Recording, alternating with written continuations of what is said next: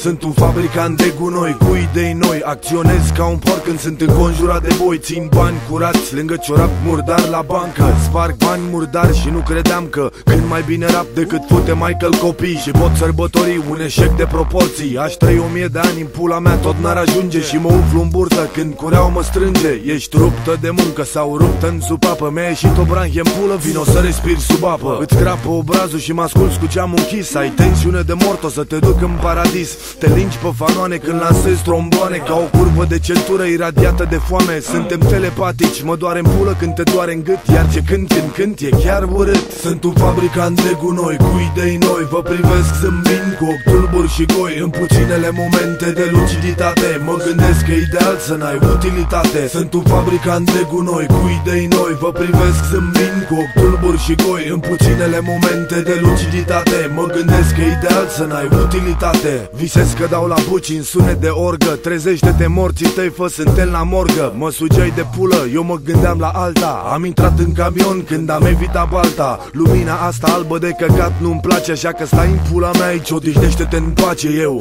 ies pe străzi din nou mahmur. Am gândul necurat și chilotul întărit pe cur. Mă jur pe lumina ochilor tăi sticloși că nimeni nu mă cunoaște, nici tu nu mă cunoști. Psihicul meu instabil în fapt e ciorbă. Mă face să mă țin zile întregi de vorbă. Vă urez să vă râgâie popa la cap, să vă lase nevestele pe spate, urme de șlap. Încă încap în pielea mea ediție limitată, că gunoiul meu muzical e treabă curată. Sunt un fabricant de gunoi cu idei noi. Vă privesc zâmbind cu ochi tulburi și goi. În puținele momente de luciditate mă gândesc că e ideal să n-ai utilitate. Sunt un fabricant de gunoi cu idei noi. Vă privesc zâmbind cu ochi tulburi și goi. În puținele momente de luciditate mă gândesc că e ideal să n-ai utilitate.